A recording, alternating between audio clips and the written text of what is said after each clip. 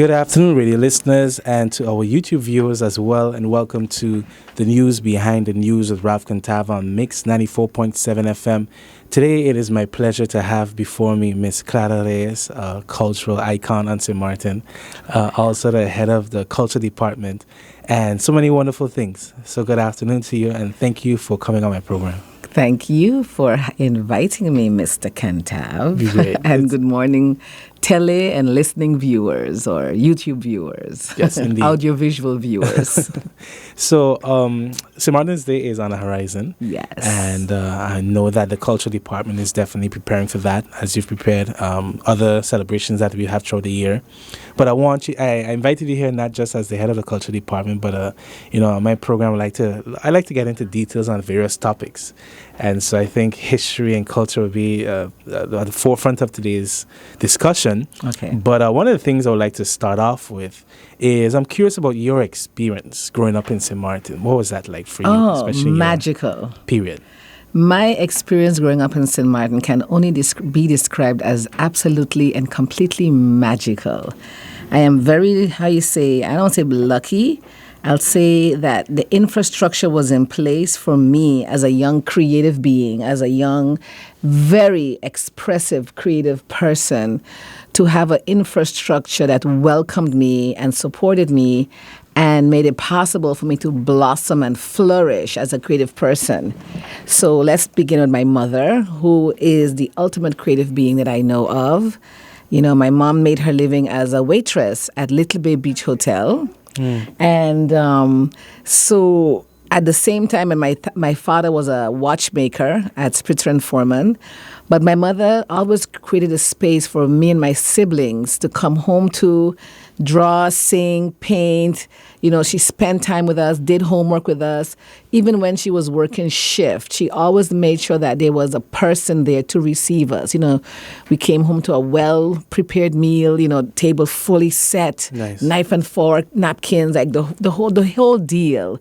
We all had our chores. You get up in the morning, roll out of bed, put the water to boil, make the tea, set a full breakfast table, full lunch, full dinner. And then in between, clear the table to draw together, sing together. Washing dishes was my being on Broadway because we had this big window over the kitchen sink. And I would be singing all these Broadway tunes. And I remember she was a waitress, I said, at Little Bay, eventually became, like maitre d' or something. And she got a gift of 50 Broadway tunes, and I memorized all of them. This was before I left St. Martin. I knew all the 50 classical Broadway tunes. And I remember watching television, watching the Mike Douglas show, Donnie and Marie Osmond, and sitting with my little tape recorder and pressing play and record and recording all these songs and learning all these songs, these dances. I would not go to a show. To a party if I didn't watch Soul Train at first. Interesting. Okay. Yeah, Soul Train was But apart from that, I grew up in St. Croix, I grew up in Curacao, I grew up in Switzerland, I grew up in St. Martin. So those first 10 years of my life, I had been a lot of places. And living in St. Croix, I was part of a folkloric dance group. I was like 7 years old, and Joseph Parrish, who sang all these, almost like a Tanny and a Boy of St. Croix, a string band. I was part of a group like that. Then when we moved to Switzerland, I became a gymnast. So right away, I was competing at a very early age. At 8, 9, I was competing at competitions in gymnastics. Wow. Then I moved to St. Martin, and there was Lenore Hensley, who had a dance school. She became later Lenore Hodge, married to Mr. Guy Hodge, who passed away recently. And in her dance school, we did dance, tap, jazz, gymnastics, everything right there. You know where Big Daddy's is San Kwang Bakery Store, supermarket. There's a alley. Yes, San Kwang, they used to sell the sweet bread. Yes, so there's a little alley, there's a dry cleaners next to it. Yes. And right next to that cleaner, like a health food, there's a little building, I think it's blue now, and downstairs was where we all danced. Yeah, downstairs right now is a church. A church. Yeah. So for those, from further clarity, is basically where Poyos Hermanos is on Canigita Street. Yes. So you see how the markers have changed over the years? Yes. So that's, Go ahead. I grew up in that building singing, dancing. Then there was Anastasia Larmoni and Josiane Arton Fleming, Mavis Solomon, the Council on the Arts, Mr. Vance James, Mr. Camille Bailey. You know, all of these elders created a space for us with the St. Martin Council on the Arts. So I grew up, the cultural center was my Broadway, you know. So for me, everything that I needed as a young person was available to me. Nice. And everybody who was involved were very nurturing. And unlike today, you know, the concept of, we're just keeping a child busy. We were not kept busy. We were trained. It was not about keeping a child busy. We were trained. You know, Anastasia, we were learning song by Al Jarreau, like some of the Herbie Hancock. We were already introduced at a very young age to the legends of music, you know, Anastasia, and, you know, she's a prolific, highly educated and highly trained, conservatory trained as well as Berkeley trained musician.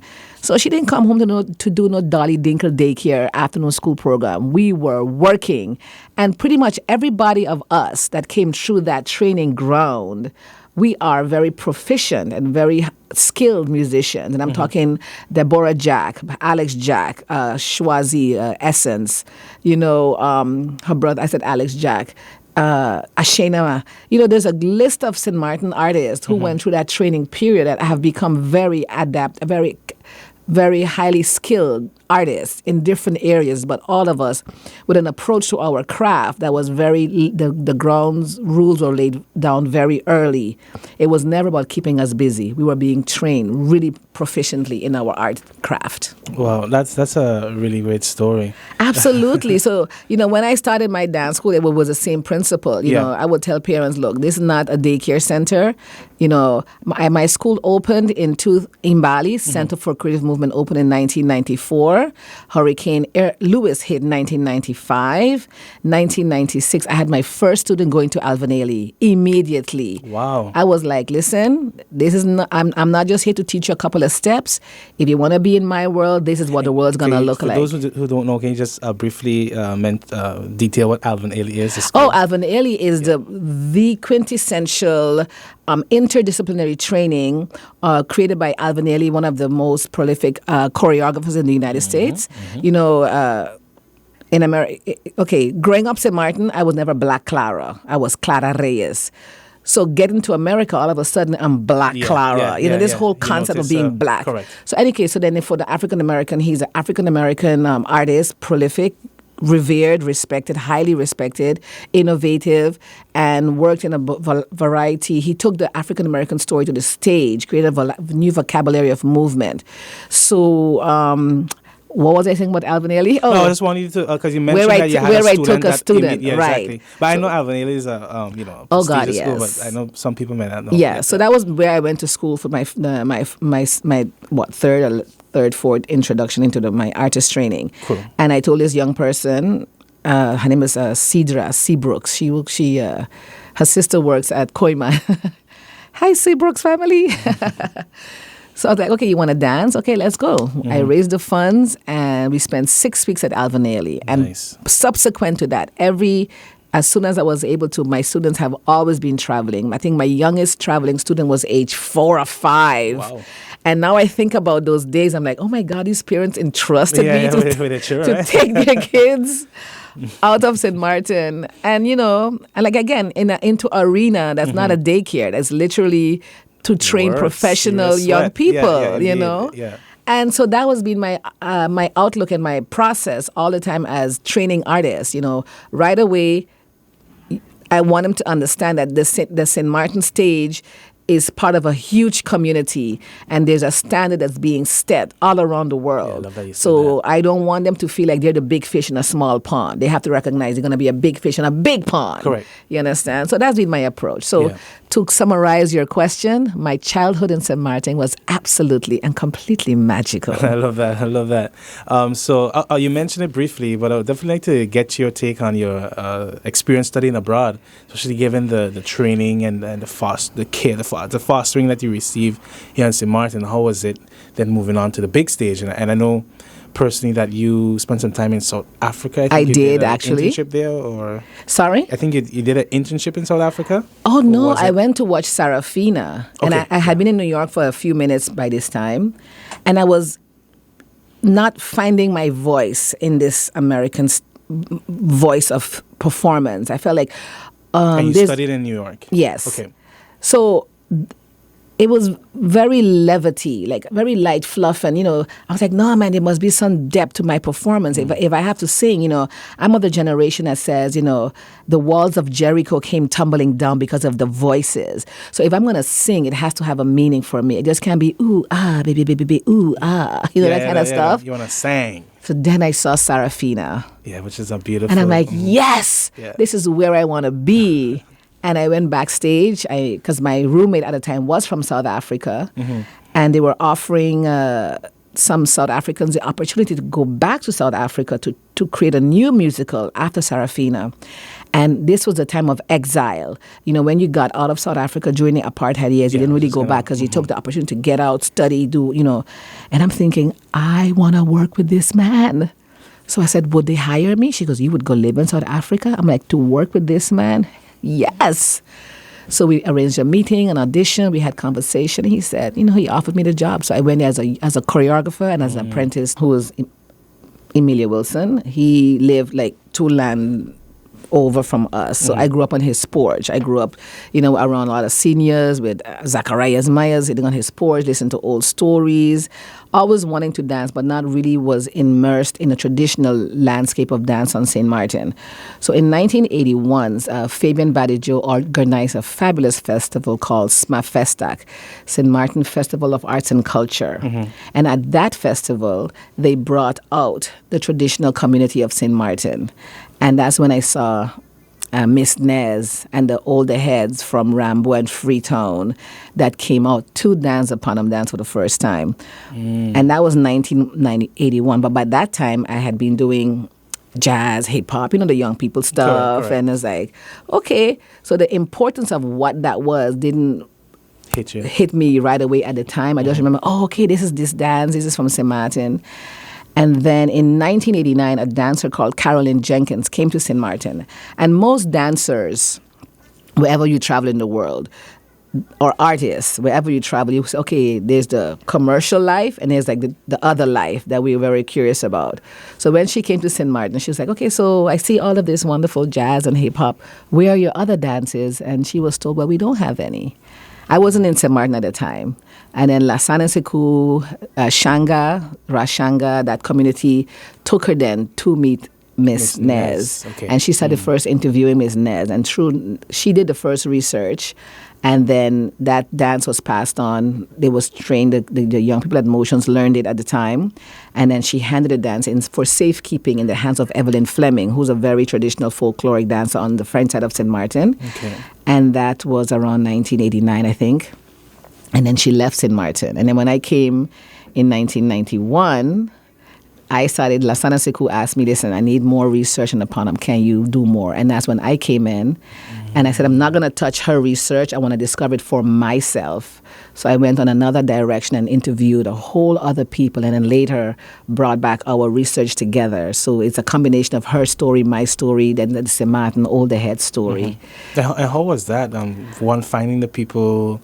It was the going easiest around? thing. And that's why people today, I feel like, the history of us is percolating right under the surface. You have to ask one person and immediately ask tell you one the whole person. They say, go to this one, go to Den, go to Miss Nez. And they tell you where the house is, who the children be. And that, it was it like you unlock one door and all the other doors open and they cannot wait to share. And the Ponum dance was such a powerful dance for St. Martin people because everybody I spoke to couldn't wait to say the impact it had on their life, how they remembered it, how the community came together, what it meant to them. I remember driving around one day going to Colombier. And basically like, morning, inside, anybody home? You go to the back door, not front door. And there was this little elderly lady laying on a day bed outside on the porch. I say, good afternoon, Mom. She said, oh, good afternoon, my young. Good afternoon, child. I said, Mommy, I came to find out if you know anything with the Ponum dance. The Ponum dance? The Ponum dance? And she's trying to raise up. And I said, Lord, no, sit down, because I don't want this poor lady to fall along on top of me. Yeah. But everyone I spoke to, everyone, there was not one person that did not get up to embody the experience of what this dance meant to them. You understand? Everybody stood up, showed me the movement. Before I could ask them, okay, can you show me this? They were like up. And so it was a collage of reflections and memories. And this person remember this step, this person remember that step. And along the way, I got a lot of other history of St. Martin, but I was really focused on the Ponum dance, like stories about the salt and stuff like this. So it was such a fabulous journey. And I had my nieces with me, and they would travel along with me in the car. So they got to experience this other part of St. Martin that hadn't been readily available for us, all of us. So, so it was a fantastic journey. And so for us now, because of what the Ponum represents, I'm very particular how we pass it on, because, a lot of people just want to take, oh, I have a wedding, you want to do the Ponum dance? Oh, I have a funeral, you want to do the Ponum dance? Oh, I have a bingo, you want to do the Ponum? I'm like, no. It's not a show. No, this is a story. It's like a living reenactment. It's a story of a very pivotal time in St. Martin's history. And it's an eyewitness narrative, it's an eyewitness testimony. This is like a living history book come to life every time we dance it, as told, not from the European perspective, not some scholarly research from the Europe and said, describe, the Negroes were dancing quite violently and doing all these, whatever, when you read those books about, oh my God, this was St. Martin people telling me about themselves and their grandparents, and their great-grandmothers and there was this one man in French Quarter, his grandmother was called Victoria Warner. And he's like, yes, she wanted her grandchildren to know. And there was old people. And they were very proud to share this story. So it was a fantastic journey. And I do the same thing when I teach it. I don't just teach the dance without showing the film, the documentary that I did when I did my research. Because I think they need to understand, not from me, but from the older heads themselves. So I was doing I was flying back and forth during my brother worked for American Airlines. So the body pass came into great use.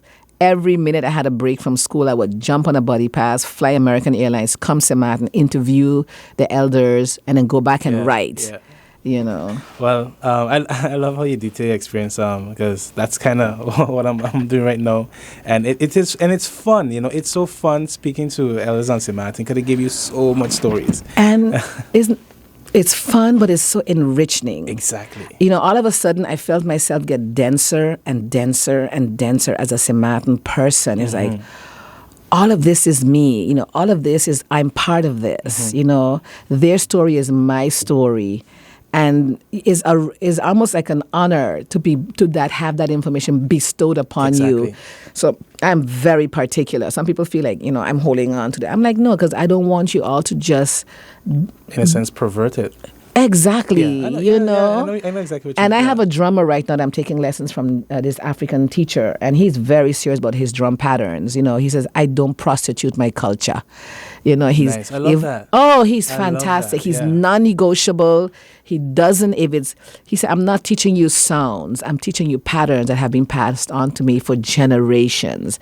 So when I teach the Ponum dance, right away people want to start adding. I'm like, hold up. No. This is the steps. And in a normal transition of history and culture, right?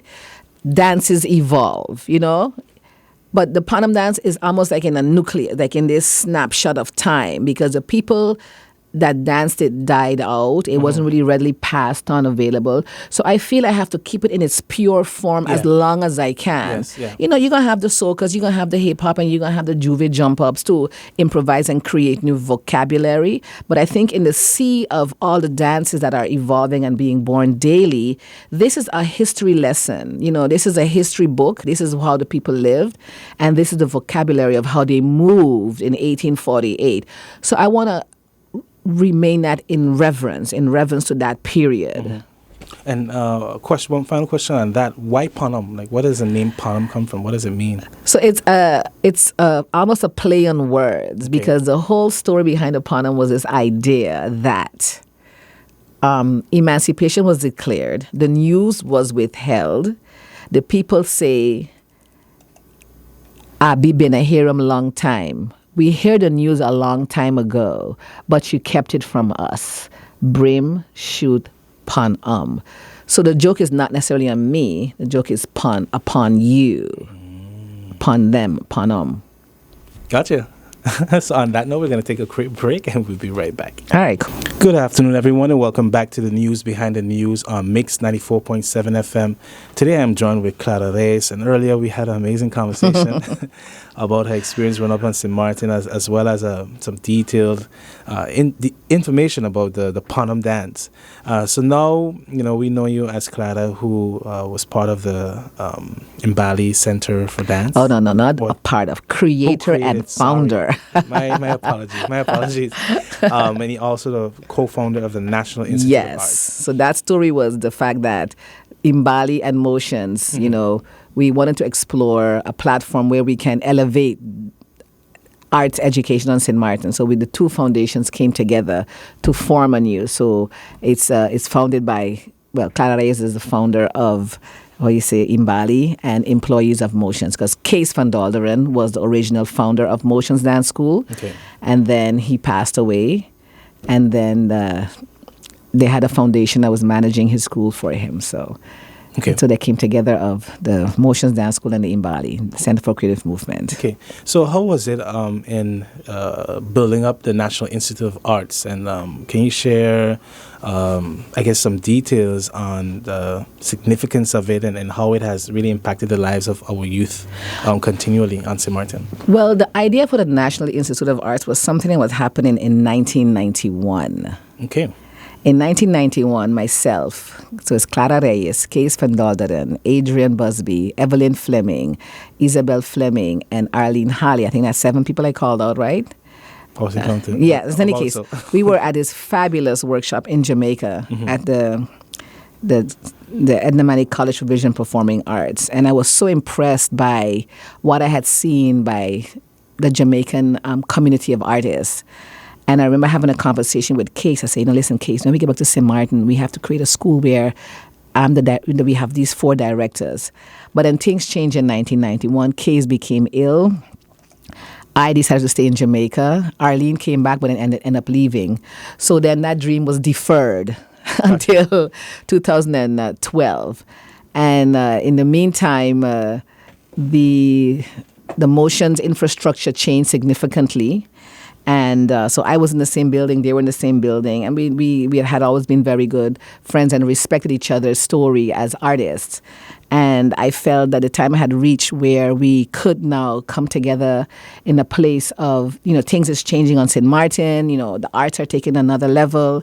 And I said, in order to maximize what could be the ultimate trajectory of what arts could be in St. Martin, it would behoove us if we came together as 2 schools. So we explored 1 year of possibly working together.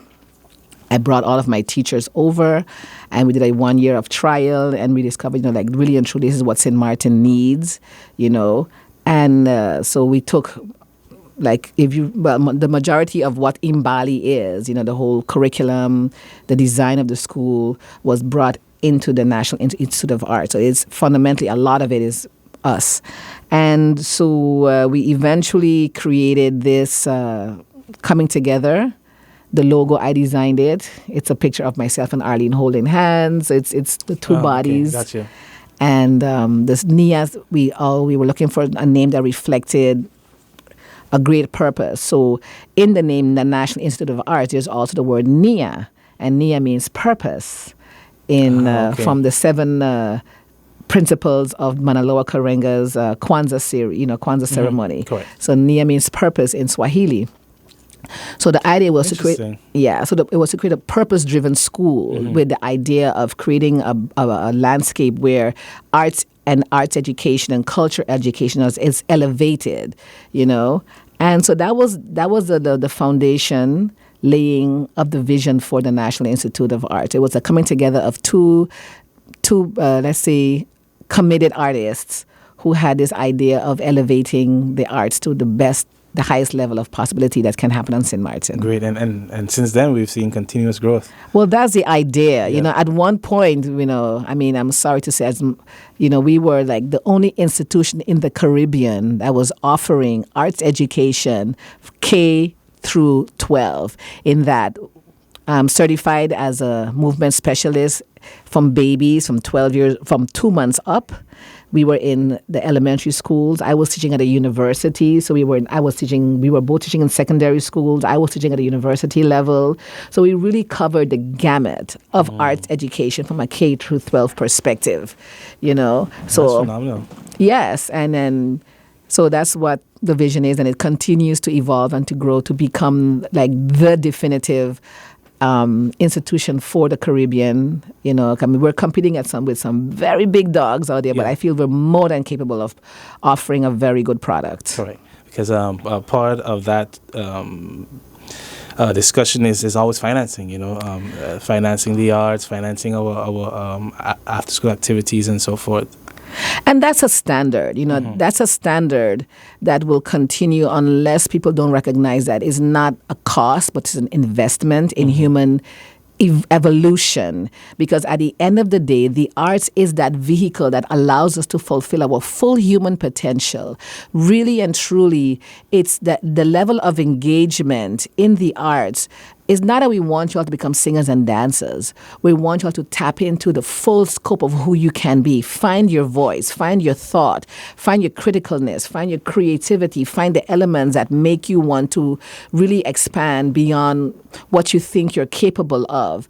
And because of the arts is always exploratory, self-investigative, you're always asking questions. There's always something more to learn. You never attain your best status, because every time you reach that level of a pinnacle, there's another level to attain. So that constant searching, that constant questioning yourself, your community, who are you, what are you about, always propels you to continuous evolution. And that you find in the arts, because you're always asking questions in dialogue, whether you're a musician, whether you're a drummer, whether you're a vocalist. There's a new way to say something. And the history of us is attached to the experience of us. And the experience of us is reflected in our expressivity. So then you see it when you sing. The history of your sorrow, your pain, your anger, the angst. Look, the whole history of, like Sarafina, it was a history lesson on what was happening in apartheid. The Ponum dance is a dance of emancipation, of liberation, how people felt. The song tells a story. I've been working here for a long, long time, right in this island. I've been working here for a long, long time, Georgie being a hider. So the arts is our history book. It tells the embodiment of our lived experience, but not just of what we live, but our aspirations of what we'd like to see the world. I see dreams of green, red, that song. And even Marvin Gaye, brother, brother, there's too many of us dying. So there's always, the artist is that the mirror reflection of our community. So there's a huge investment that people have to realize. We need to invest in the arts if we want the best society that we want to see come to fruition for ourselves. Yeah, indeed. I love that. So you're currently the head of the cultural department. Yes. What was it like when you entered, and what are your goals for the department? I remember the same question being posed to me by Lourdes Wilson. She's going to nod like I called her name on the radio. She goes, you call my name on the radio? I'm like, yes. She goes, what are you going to come do for St. Martin, for the Department of Culture? I said, put St. Martin's story front and center. And that hasn't changed from when I had Imbali, because that was a goal then. It didn't change when I helped create the National Institute of Arts, and it didn't change when I came on this platform of the Department of Culture, because ultimately the St. Martin story has to be recorded, has to be documented, has to be shared, has to be celebrated in every possible platform, on billboards, in songs, and concerts, in festivals, in movies. So who we are is available to be told by many people. So the Department of Culture role right now is to safeguard, to promote, and to develop these stories and support these individuals who want to tell these stories. So hence, there's funding available. We provide funding in the last 3 years, or even before I came. Quite a few people have benefited from the Talent Scholarship. the cultural parade is funded, is supported in part by the Department of Culture. There's numerous activities, people traveling, going to festivals, going to Queen pageantry, who want to be, cultural ambassadors of St. Martin. Mm-hmm. Our task is to really support these individuals and create the infrastructure for them to be able to shine. Okay. And so what else is the department currently working on? One of the things I know that people often look for is, I guess, readily available resource to find out more info about St. Martin. So that's something. Well, the Department of Culture right now, we're trying to create a new infrastructure and is a paradigm under the concept of the culture creative industries. Okay. The culture creative industries have 4 main core pillars, and that's the arts, creative services, media, and heritage. So those are the 4 branches. And right now we're creating an infrastructure to build up each one of them. Gotcha. So what is needed? Now, in order to have a culture creative industry, you have to have artist education, artist training. And to give you a very, very, very pragmatic example, I remember early 80s, early 90s, when the Hyundai car came out. It was a god-awful, ugly-looking car. It was whatever. It wasn't attractive. It was a very functional car. It served its purpose. It got you where you're going. But now look at the Hyundai. Sleek, elegant, all these models, blah, blah, blah. And it's like high seller around the world. What made the difference was the design. Mm. The design factor comes out of the art element. True. So you have an artist who then decides, I want to become a designer, an engineer, designing cars. So that creative element translated to where someone had a new vision to modify this very pragmatic vehicle into such a sleek design that other people wanted to be a part of it. So this is a clear example of how the arts industry created a result, an impact on the automotive industry. You understand? The design, not just the external, but I'm sure the combustion and all those the pragmatic elements. But still, if the car doesn't have a look, people ain't going to buy it. If it don't have the sleek design, a color pattern, a curve in the seat, all of these elements. So that's where the creativity element comes in. So for us, we're trying to educate our community that, while you are learning singing and dancing, all of that leads to other areas. The biggest part of the biggest money maker in the culture creative industry is the media, the gaming industry. And the gaming industry is based on stories. All those war games that people are playing, all those, because I'm not a gamer. The storyline is the story. Exactly. So that's the narrative. So that's literature. So you have to learn history and literature and understand so you can create a storyline that people are going to buy into. Yeah. So that's what culture creative industry is, and that's what we're trying to educate. Well, we're working at educating our community is that, in order to have one, you have to invest in the first. So there's no culture creative industry if there's no investment in the arts. So support your literary program, support your dance program, support your visual arts program, because then you have the choreographers, the filmmakers, the photographers. You develop all these people. Yeah. And that's how now you have a more holistic and a developed, well-rounded society. And then the heritage component is very important because now you want to create the text, the recording devices to record our stories. Like you said, you're interviewing people right now. I had to interview. I didn't have the luxury of clicking on a button. And I'm very happy I didn't have the luxury of clicking on a button because it took away so much more from the experience. So I'm saying go out, ask questions, document, become the first to write the story, because eventually my Ponum thesis, by the time I finished my Ponum, many of the elders had already passed. Yeah. In 1997 to when I completed in 2002, every time I would fly home to St. Martin, interview one elder. When I came back looking for that elder, that person gone. So that library of information went with that person. So I'm telling people, do not wait. Yeah. Don't even wait to interview your grandmother. Interview your mother, because life in St. Martin is changing so swiftly. Yes. What I did as a child, my nieces are not doing. And I ain't that old, okay? I'm not decrepit. I still got a lot of spunk. Yes, you You understand? So that we have to create the thirst for wanting to know our story. Yes. So back to your question. Put the St. Martin story front and center. Find collaborators. Find the different people that we can work with to say, listen, My department doesn't have the capacity to do all this research, to do all this content creation, you know. And technically, the Department of Culture is a policy body. You know, we're supposed to just write policy. Yeah, yeah. But right now, because of the lack of capacity and how the infrastructure is, we're doing dual function. We're doing both the policy component, but the policy component can only happen when you have the content. You have to know your constituents. You have to know who's who. Yeah. You know, interview the people, get your stories. Because, and I tell people this all the time, when Jamaica went independent in I think it was 61 or 60, they send their boldest, brightest scholars out into the field to document the story. Not just one person. Hundreds of scholars went out. They went out all over, to gather all of their stories. Who are we? What are we? What is our story? Record all the songs. So that's one of the projects we're working on right now. We're going to do a project where we're recording a slew of St. Martin songs from Anastasia Larmony, who was our inspiration. And she has compiled about 20-something songs. Wow. And right now we have a booklet forum. We're going to be organizing. The Department of Culture is going to assist her to record all of these songs. So hopefully by next school year, we have a book of 22 St. Martin old-time songs. That's beautiful. Yes. That's beautiful. I love it. I definitely love it. And yes, so it's an ongoing process. So right now we're in that stage where we're like, okay, what do we have? Let's do, inventory. Yeah. Let's inventorize. And now let's pull it in and let's find collaborative partners who want to work with us and maybe we can support and fund and say, okay, you're writing a history book. And we're also teaching people how to apply for funding. Don't just depend on government. There's international funding. I've got gazillions of funding and they want us to apply.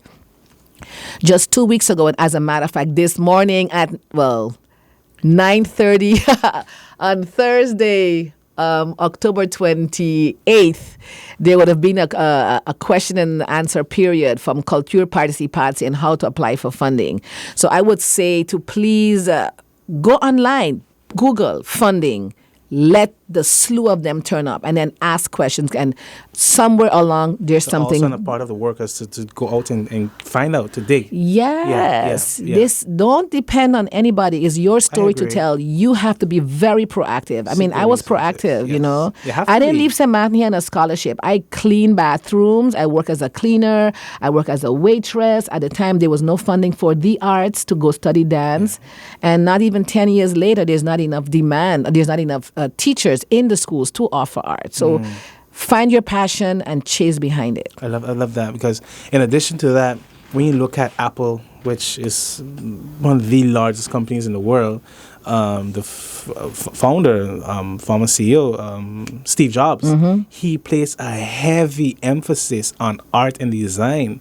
You know, for him, the computer wasn't just some mechanical tool. It was as they would put it, an extension of human function, and he invested in a design team, in calligraphy, calligraphy, lettering, etc. So that when you open that iPhone box or that MacBook box, it's an experience. Exactly.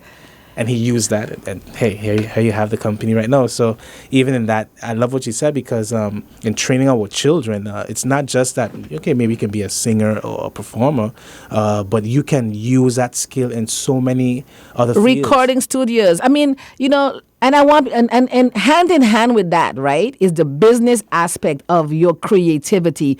Understand it well. Yes. Understand to protect it, because otherwise, I'm going to tell you two stories I keep telling over and over again.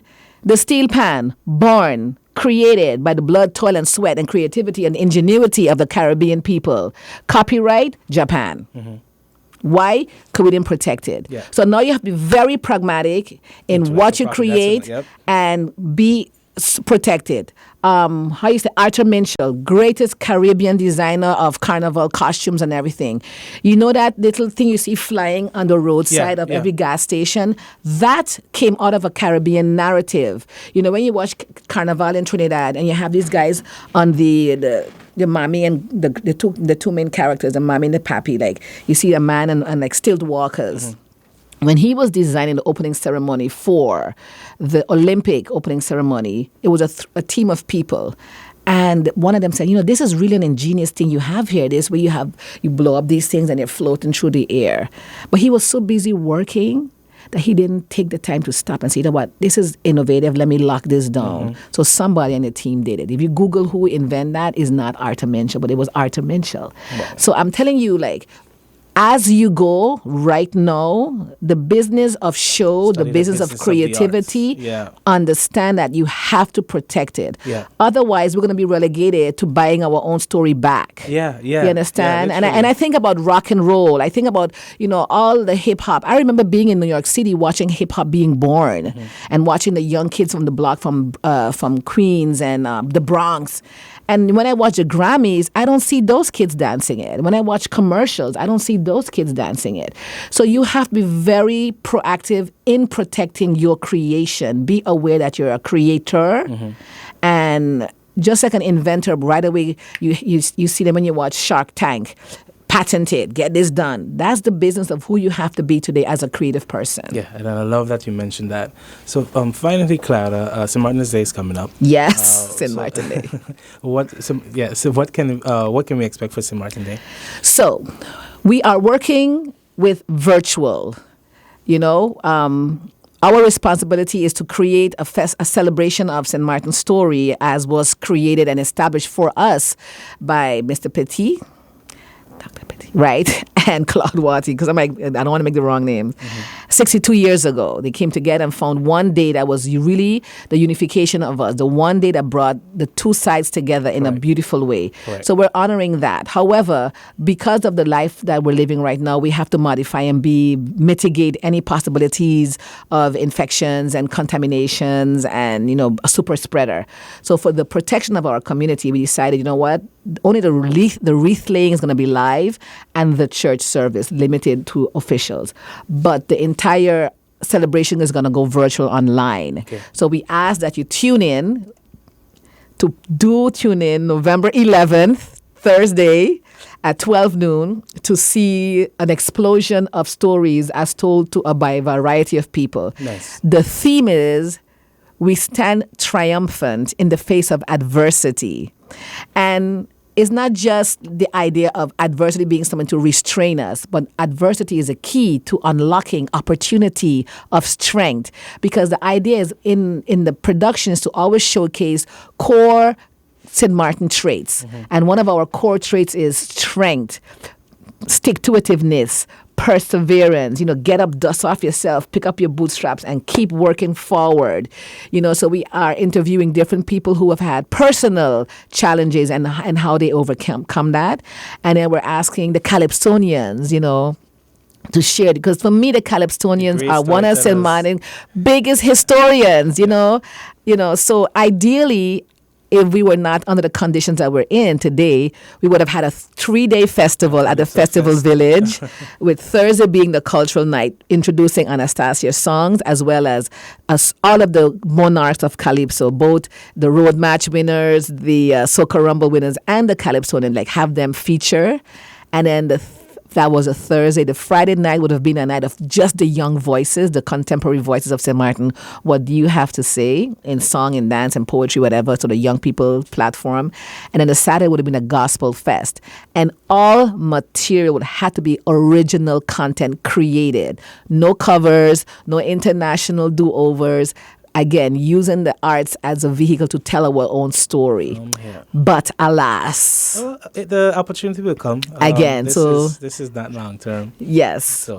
So that's what St. Martin is. So what you're going to see virtually is a very small condensation of what of that. Vision was. I got you. So you're going to get a glimpse of some gospel singers, a glimpse of some poets and some cultural voices. The Calypsonians are there. You're going to have different people we interview to have them tell us their personal stories. So we have the elder statements, the young guys, and we're going to have the official speeches by our government officials, straddling the island. So from the Marigot and from Phillipsburg, Great Bay. You're going to have the spokesperson, the elders, the government officials telling us their wish for St. Martin. Okay, great. So I actually have 7 more questions for you. Okay. But I'll have to bring you back on. I talk too much. No, it's not that. It's not enough time. But I enjoyed talking to you. Thank you, Ralph. Thank you so much for coming. And any final words you'd like to share? I think what you do is phenomenal. As a young man, you found a niche that you said, okay, there's a there's something missing, and you went after it. Don't wait. I would tell people, don't wait.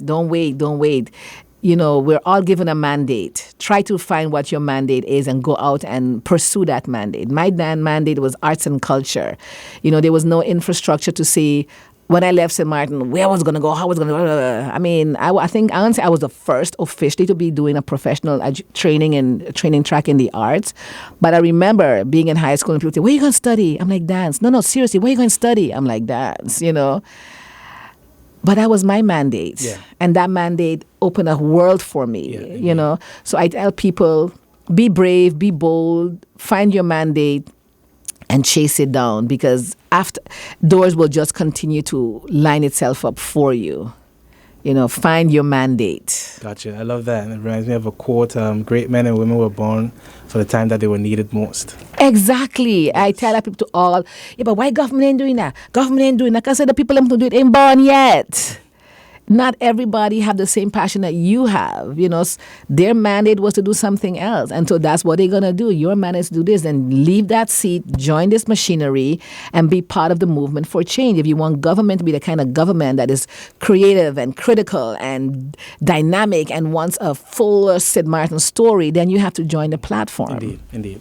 So thank you so much once again to our radio listeners and viewers. Hope you enjoyed this conversation. Do take care and see you again next time. Let me run.